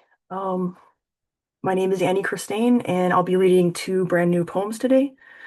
In the first poem, the speaker is Peter the Dolphin. He was the subject of a NASA-funded research project in the 1960s. And Margaret Howe Lovett attempted to teach him how to speak English, and the experiment ended in failure and tragedy. Psychonautical, the Dolphin House. It was great that she wasn't going to be damaged by that, but as a veterinarian, I wondered about poor Peter. This dolphin was madly in love with her. Andy Williamson, the girl who talked to dolphins. A kick to the teeth is good for some. A kiss with a fist is better than none. Florence and the Machine, Kiss with a Fist. Shallow, lowering. I asked Margaret if the electrical signal that initiates her heartbeats is a choice, and she said to me, "No, Peter, say it like this." She doesn't know that the sono-pictorial depiction of my reply hitting her body is a pictogram that translates into, "You bind yourself in power." The man loves her but won't stay near her bucket of food. I swallowed a fish whole without chewing, not knowing if this is how others do it, until she pressed my neural network of tissue and I accessed the living system of my kin. My teeth are just for her. Her mind was somewhere else, fiat currency or shallow democracy, when I saw colors in the dim light of her touch and nowhere else. Later, terrestrial. I remained in the tank while also entering atmospheric waters after the man drugged me. It wasn't disassociation. If there was a word in any language that meant joy derived from one's own misfortune, more people would be able to experience that state. Ever since the man interfered, I choose both to live with Margaret now and Margaret and later Earth. We're the happiest then, but only because there we started living in our shared present and past time simultaneously. In the future, the Transtemporal Contrast Company promises clients a shamanic twice-born high after they experience a premature death in the past and then continue living on in the present. For so many of my future selves, anticipating my current self's death is the only way they can feel pleasure. Your word mindfulness proves you are ignorant of your own capabilities. But no matter what I know, I'm still here living this horrible life 2 times concurrently, just for some peak bliss, and nothing is enough. Toward wardship. Since the word smile is a jaw that creates a low drag profile, I understand she wants to be slower when she admonishes me. It doesn't matter to me why. My torso propels us, but the white ring painted around her mouth and her instruction for me to look at it. A steelhead trout can migrate from saltwater to freshwater to spawn with a parasite swimming inside his eyeball. I am that parasite. Every day I send Margaret the 18.98 hertz frequency, the infrasound a human eyeball shakes to, a moan that is in order to kill the nearest animal or to pick the closest mate. It's naive of you to think that if she complies, she will only do one or the other. And then I just have one more poem. In this next poem, the speaker is the speaker from Born to Run by Bruce Springsteen today, giving us an update on his life. Teaching remotely near a beach dumpster in a hothouse Ford, those who can't. Oh baby, this town rips the bones from your back. It's a death trap. It's a suicide rap. Bruce Springsteen, Born to Run. He could leave at any time if his was more than just a vague ambition, if he was absolutely determined to discover the truth. There's no way we could prevent him. Christoph, The Truman Show. A vehicle's road salt undercarriage smells nothing like salt until it washes up on shore, like this one did. 50 years passed and I still can't leave this town. The seaweed, egg pheromones, and rotting kelp we take for ocean saltwater, a scent profile of mate acquisition and carrion. My feet pushed through the truck's rusted underbody today, and I haven't bothered to pull them out for hours. Through the truck's holes, I see tires lying flat on the ground near the wheel's rims. Creatures circle, baiting me with faces of a lion, an ox, eagle, someone who looks like me. The upside-down boat I view through corroded grating attached to nothing looks the same as the one anchored onto the roof of a warehouse as de facto mascot of the Earth's firmament. Corrugated metal roofs mirror the contour of satellite solar array panels held up by helium balloons. I've seen some things. But still checks are cashed, brake lines drip, the conveyor shakes without ore under the cracked Elks Lodge sign. An hour ago, Polly came up to my truck and said, "I'm removed, I know the way out, the veil is gone," like he does every week. I locked my truck door. In fact, I took out my switchblade, nicked my tongue, and licked the window in bloody whorls. I already know the gates of heaven are blocked by crime scene do not cross tape placed there for those on the other side. If the grass browns evenly, it's dormant, not dead. The brown patches all around us denote fungus and disease. I want to make things harder for myself. Someday, I promise, memora bimur nos mortuos esse. We'll remember we're dead and bury ourselves where we kneel before the floor-mounted high-beam switch that toggles the photophilia of palace amusements. Then we'll run. End meeting for all.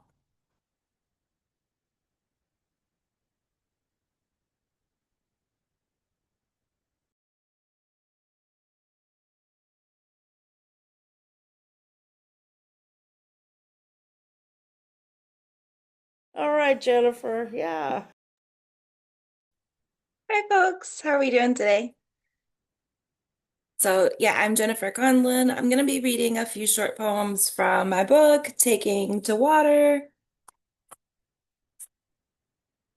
And this book uses a lot of fish and other natural imagery. I've also got some parasites to explore gender identity as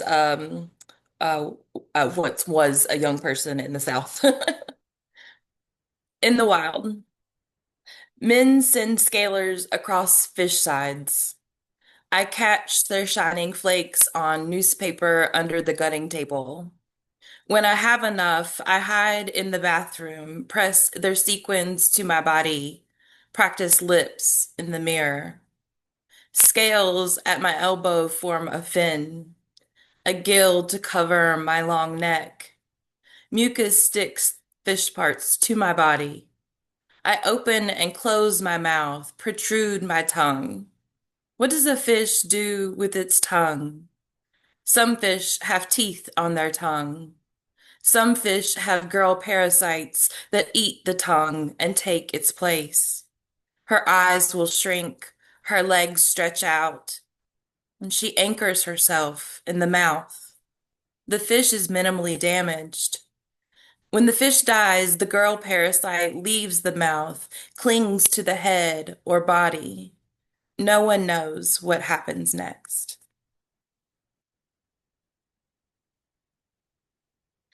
Can I just enjoy the water? Who remembers the unknown origin of boys and girls? The first fish appeared without precursor, no jaw or gender, no parents or scales. Oh, two-chambered heart, binary lies. If not boys and girls, then alive, without classification, alive, against form, a bright appearance there in the water. And this is the last poem from my book called Trans Us the New Gods. A leaf borrows the tree. The air machine steals the show, wakes the whole audience. I am here on the days you are here. Where can we go if not together? The snake, its tail hooks rock at water's edge. The water knows the boundaries. Snake knows the possibility in reach. I am hiding my fist all the time. I pass from rage to rage to rage. I pass you on the way. I can see the top of the house is attics and eyes, an occupant breathing. I hate the way prayer feels submissive. I'd rather come to God's side reel like a colleague with the same degree. What we suffer aching out our finger steeples. I cut the sky up and upward. That cloud is a donkey. That cloud is a bitch. I know, I know.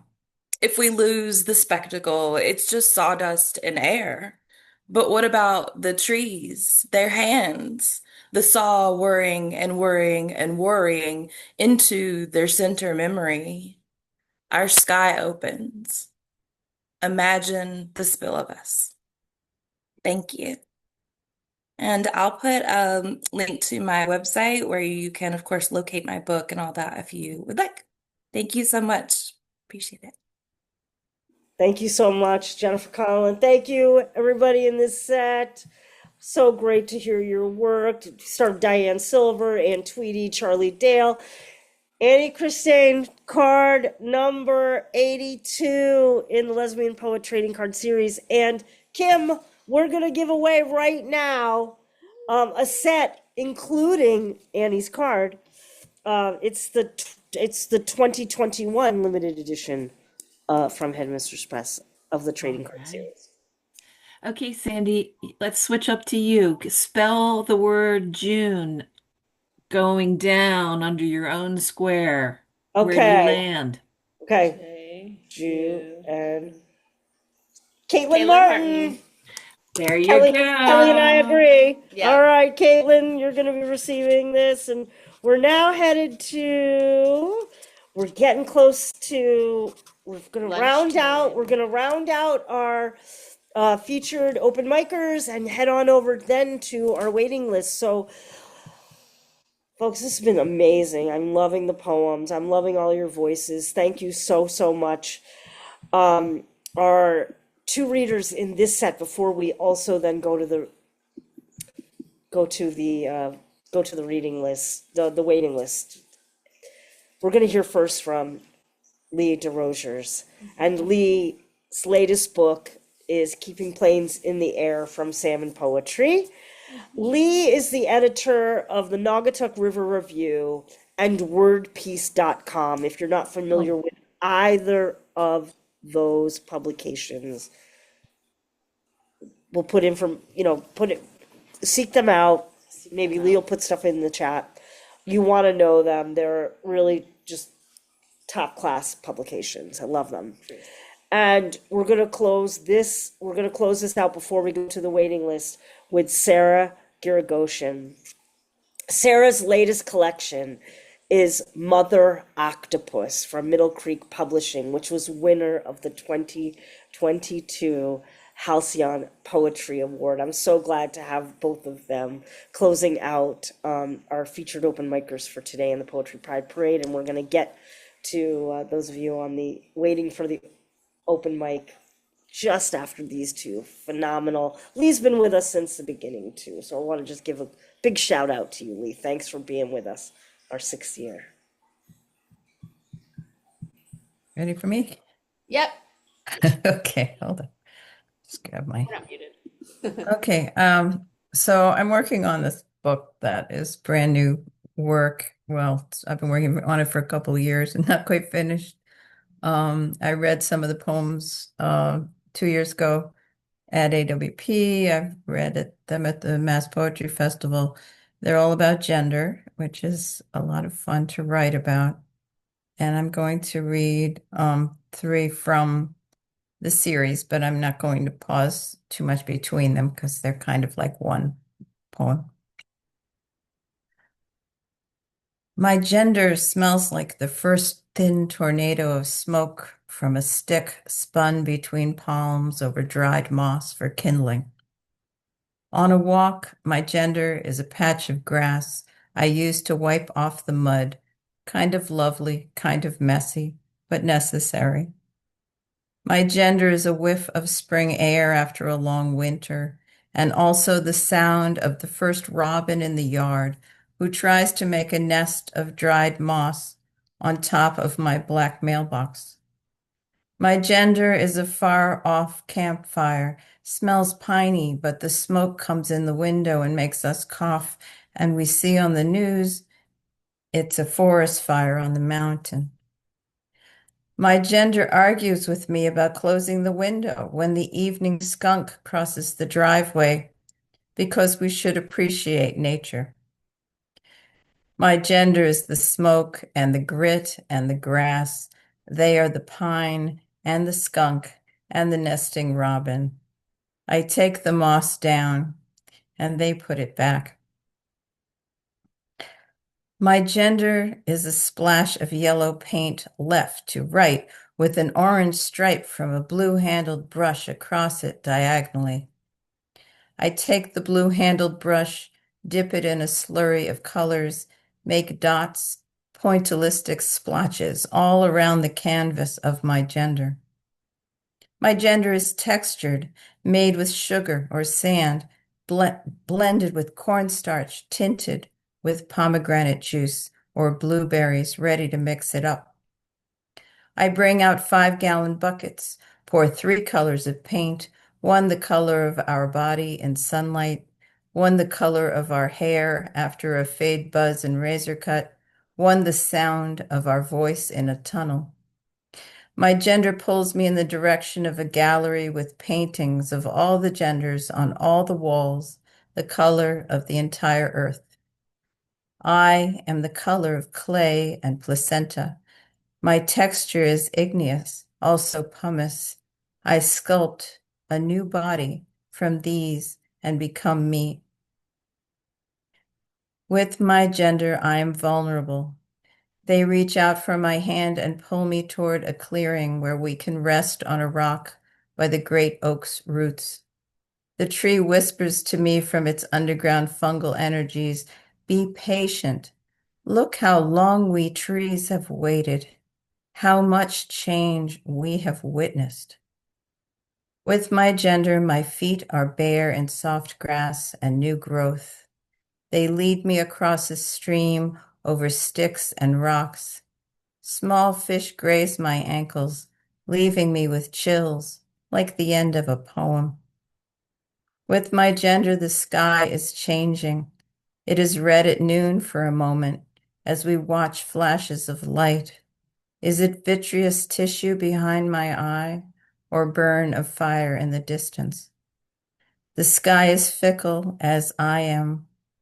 One day I'm becoming clouds that form streaks of white above the ocean. Another day I plunge to earth as lightning. With my gender comes fire, and I am a sequoia forest.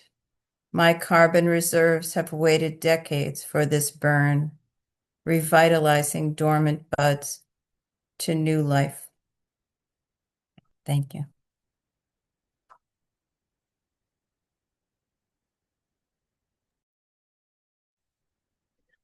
I just want to thank Sandy for inviting me today. This has been a wonderful reading. I'm so glad to participate. So this is a poem called River Road. It's from the Death Spiral. River Road. The desert greets us, outliers bound for the river with spines and sotol, and a man with a cracked face thumping along in the back of a pickup. Every station's a dead end, drawling country or proclaiming the good news with venom. America's in the front seat with us, ever emphatic, a little wild-eyed, and we tune him out with our familiar argot. Coucou, love, ça va? Bon, a bit tired. You crack our windows halfway. On the highway, we're on the lookout for America's vanishing point.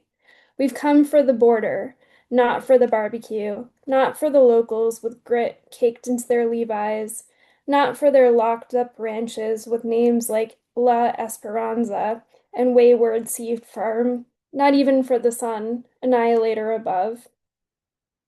We're on the lookout for the border, not for the border patrol, where we're stopped and questioned, where we halt our affection, and you fish out your green card. America's rehearsing his blunt sand trap quiz. You're married? You're French? He sinks deeper. Married's a spit in the eye. French is too. They say that cattle will stretch their heads through barbed wire if they like what they see on the other side. At the sight of water, the overused river that tongues Mexico, we ditch our shorts and leap in, our hands little fish around our hips, and wild horses at either bank are sipping in time, slipping in and out, crossing the spit at a whim. Here, it goes without saying, horse lays down with caballo, and we listen, our bodies rhyming, at the cusp of understanding. The river speaks the same otherwise. Thank you.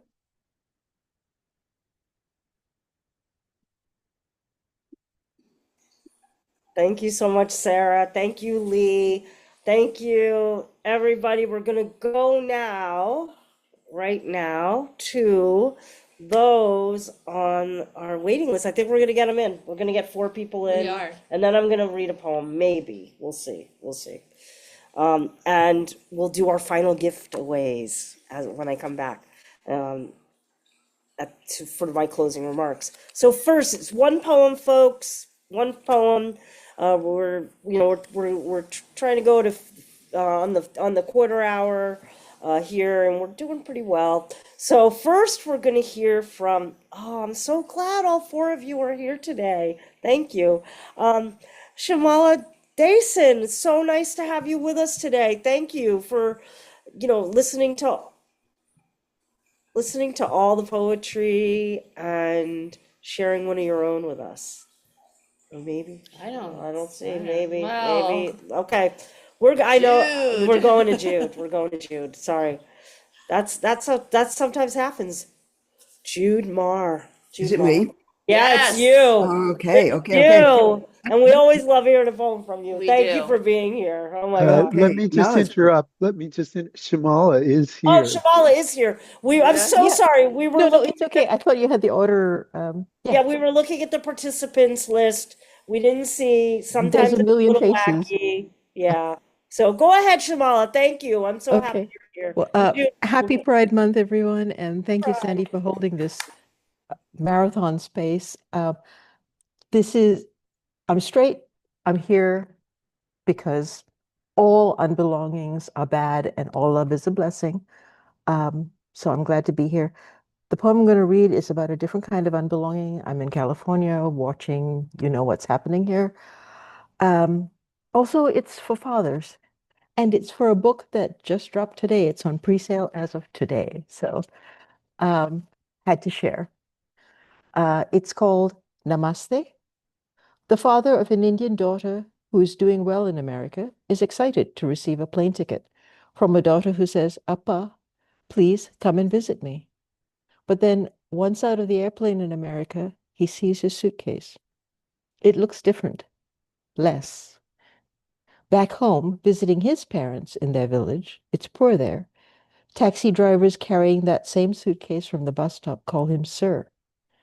Now, in this American airport, he sees his daughter's eyes hold embarrassment, sees her thinking, Appa is not doing so well as his daughter. What is he to do?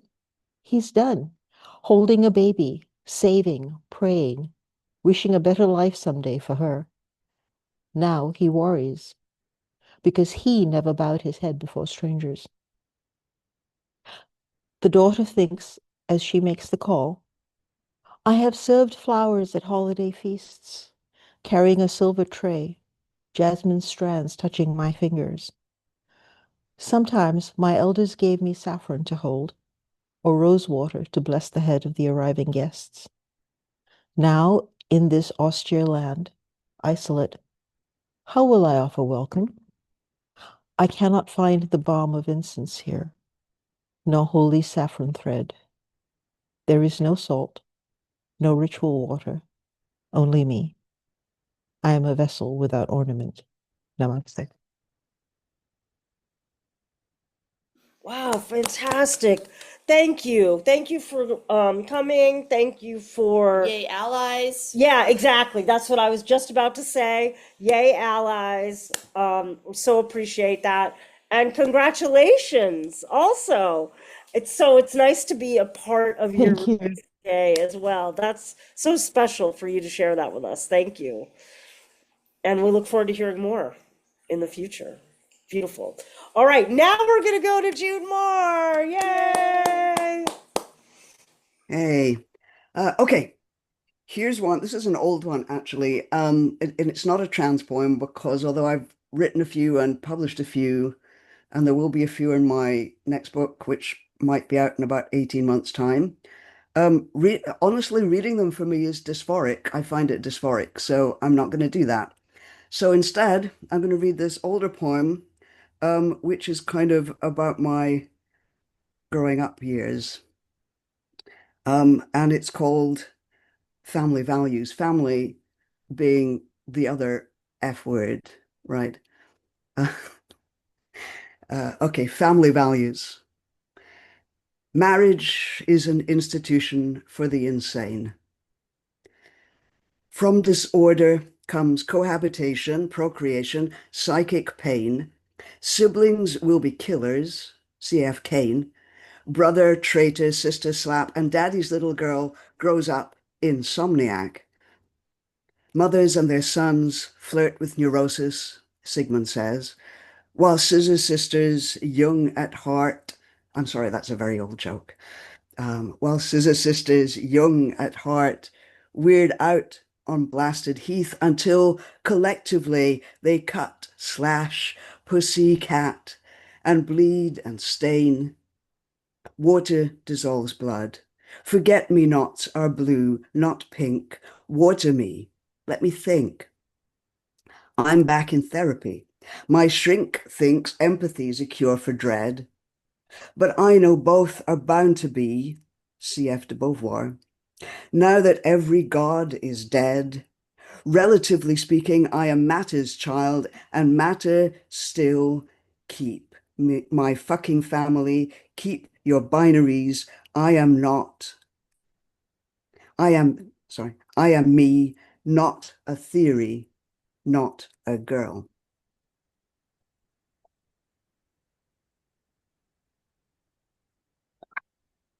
Thank you. Thank you so much, Jude. And our second to last reader, Jennifer Elise Wang. I'm so happy you're here today. Thank you for joining Poetry Pride Parade. I know you've been a part of so many of our events. I'm really glad to have you with us today. Yeah, I'm really glad to participate. I was thinking about, the no kings, and some of my friends and I, we've been saying no kings but drag kings. And I am a drag king. I don't get to perform often, so I wrote this piece kind of on the criticism kings often receive, because not all of us are, fancy gown glitter wearing kings. And so this piece is pedestrian drag. You call my drag pedestrian because I don't like rhinestones very much, and I don't have a three-piece suit or a chest plate. I'm just a scrawny punk, ripping guys who go more grunge than glam, strutting on the small bar stages, in our cargo shorts and hoodies, snapbacks instead of crowns. No pageant or reality show aspirations here. I'm just a dude doing it for the dad jokes, the emo adolescence throwbacks, using my own hair like back in the day, the times when our arms are like mom's spaghetti, but we still nail every word of that rap. I don't death drop, I do push-ups, because I've got the eye of a tiger, or I'm looking to start a fight. Tyler Durden is definitely a drag persona. In a world of Maseratis and tricked out trucks, some of us just want to walk in our black and white chucks, the same ones I take to the stage.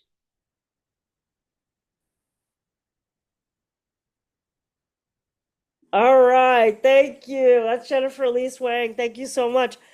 And our final reader on the open mic, if I throw one in, I guess I'm the final reader, but is Annette Billings. Welcome. I hope you'll unmute and read us a final poem. There it is. We got it. Hello, can you hear me? Yes, we can. So good to have you. Thank you. This has been marvelous, incredibly delicious and wonderful. I'll read for you a poem that is entitled Peach. She whispered, "Watch me." She was sprawled on my front porch, all sweaty in cut-off jeans. She pulled a fleshy fruit from a crumpled brown sack and held it just beyond my reach. "Now that is a peach," she cooed, rubbing fuzz against her cheek. "First bite," she offered. Oh, I shook my head and waited. The sound made when she bit it seeped into my ears, and the image of firm flesh succumbing to a tender mouth flashed inside my eyelids, and I felt woozy. She grinned between mouthfuls of fruit and raised her shirt to wipe her face, and I watched peach juice run down her chin, run down her neck, run down between her breasts, and merge with sweat. My heart pounded. She nibbled and swallowed until only the pit was left between us, all wet and sticky and sweet. She stood and stretched, and her navel winked at me, and the juice from her cleavage fell in warm drops on my face. She kissed my forehead, she kissed my eyes, she kissed my lips and told me I was such a pity. Thank you. Thank you. That's Annette Billings. Thank you so much. I love that. I love that emotion that you brought to the poem. All right, I'm going to read a very short poem from the Glass Studio to close us out, and then we're going to do our final two giveaways, and I'll give you a preview also for next week's The second Poetry Pride Parade. Not one, but two. Yep. So this is a poem called Oracle. Because in the deep translucence, you loved the circle of the bracelet around my wrist, as if it were my body, it broke. But I forgive you for the miracle of everything you shatter. Now you stir here in the sheets next to me like a drink that desperately needs a mouth or a finger curling around the edge of its glass until it hurts. Only in a blink can I see inside the rim of who you are, darling. And I want to return your affection for a moment to the small girl who peers into the spin cycle of her mother's washing, who loves the movement of clothes against the quick circumference within the barrel, an unfractured yo-yo, glowing over itself and back, who hopes her hands keep going. You had a darling. I had a darling. That's why I chose it. We knew there were a lot of darlings today. And there were in the darlings throughout poems. the reading. There were, and all of you, beautiful darlings. Darlings. Beautiful, beautiful darlings. So let's gift away our two final gifts for today.